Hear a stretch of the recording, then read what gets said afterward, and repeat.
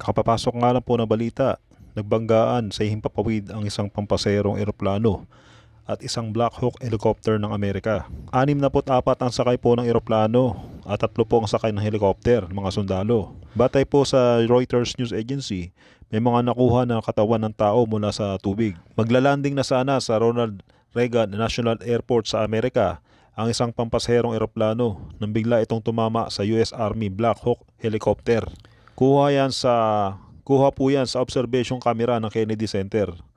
Bumagsak ang dalawang aircraft sa Potomac River, kaya nagsasagawa ng search and rescue operation ng iba't ibang ahensya sa ilog. Ayon sa American Airlines, 6 na pong pasahero at 4 na crew members ang sakay ng eroplano. 3 sundalo naman ang sakay ng helicopter. Ayon sa isang US official, nagkasana ng investigasyon ng Federal Aviation Administration habang ipinatigil na muna ang lahat ng paglanding at pag-take off sa paliparan. Wala pang kinukumpirmang impormasyon kaugnay sa bilang ng mga namatay. All we can confirm tonight is the number of people on each aircraft, and we can't provide any more information about recovery efforts. The focus now is rescuing people, and that's what all of our personnel are focused on. Nakita pa sa flight tracking data na ito ang ruta ng eroplano bago nawala sa signal habang lumilipad sa taas ng Potomac River.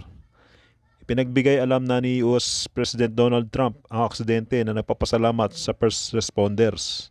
Sabi ni President Trump, binabantayan niya ang sitwasyon at magbibigay ng karagdagang detalye pang may bago ng impormasyon. Tinututukan din ng embahada ng Pilipinas sa Washington DC ang aksidente, pero sa ngayon ay wala pa raw silang nakukuhang ulat na may Pilipinong nadamay. Samantala, nakabalik na sa Port of Subic sa Zambales ang BRP Cabra, lula ng isang mangingisda na namatay sa may layong 70 nautical miles sa karagatang sakop ng silangang Zambales noong Lunes. Ito'y matapos ang sinasagawang medical assistance ng mga tauhan ng Philippine Coast Guard dahil sa natanggap na distress call mula sa mga mangingisdang Pilipino. Pero ang masaklap pa para sa PCG, imbis na tumulong ang Chinese Coast Guard vessel 3304 sa naturang paghingi ng saklolo, ay wala itong tugon at nagsagawa pa ng shadowing activity na nakakaapekto pa sa ginagawang pag-rescue. And what is surprising is that they never really attempted to express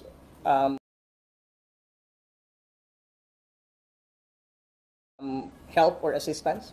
Ang ginawa pa nga nila, they still shadowed the Filipino fishing boat and Coast Guard vessel, which made it very hard, for the Filipino fishing boat to maneuver to get near to our Coast Guard vessel, BRP Cabra. Ayon kay PCG spokesperson for the West Philippine Sea, Commodore J. Tariela, kasabay naman ng pag-aalis ng BRP Cabra ay sinamantala rin ang umano ng Chinese Coast Guard na makalapit sa Zambales. When BRP Cabra decided to carry out medical assistance sa Filipino fishermen, this China Coast Guard vessel took advantage of that opportunity na walang lumayo ang BRP Cabra.